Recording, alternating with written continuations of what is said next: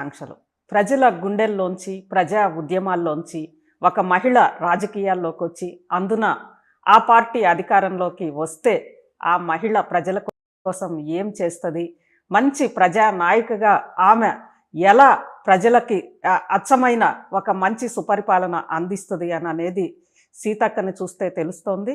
మహిళా సాధికారతకు సీతక్క నిలువెత్తు సాక్ష్యం. మహిళా దినోత్సవ సందర్భంగా సీతక్కతోటి స్పెషల్ ఇంటర్వ్యూ.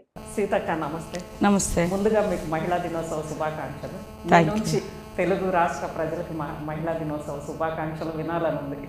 తెలంగాణ రాష్ట్ర మహిళలకు, అదేవిధంగా తెలుగు ప్రజలందరికీ, తెలుగు మహిళలకు, తెలుగు మహిళా లోకానికి వందనం, ఉద్యమాభివందనం, మహిళా ఉద్యమ అభినందనలు తెలియజేస్తూ ఉన్నాను.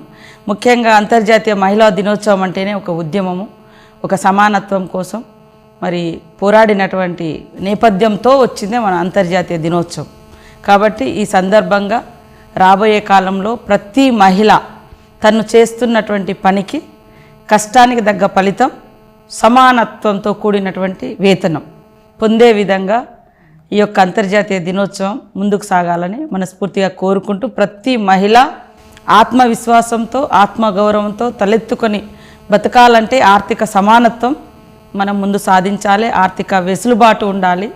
సో ఆ రకంగా ఈ ఇయర్ మొత్తం కూడా మహిళలు అన్ని రంగాలలో ఆర్థిక, సామాజిక, రాజకీయ ఎదుగుదలలో ఈ యొక్క సంవత్సరం మనకు అద్భుతమైనటువంటి విజయాన్ని మహిళలకు అందిస్తుందని భావిస్తూ, అందరు మహిళలకు, మరి ముఖ్యంగా శ్రామిక వర్గం మహిళలకు అంతర్జాతీయ మహిళా దినోత్సవ శుభాకాంక్షలతోటి మహానీస్ ప్రేక్షకులకు, వీక్షకులకు, మహిళా లోకానికి, స్టాఫ్ అందరికీ, యాజమాన్యానికి మా మహిళా అంతర్జాతీయ దినోత్సవ శుభాకాంక్షలు తెలియజేస్తాం. అసలు మహిళా దినోత్సవం అనగానే ఇది శ్రామిక మహిళా దినోత్సవం.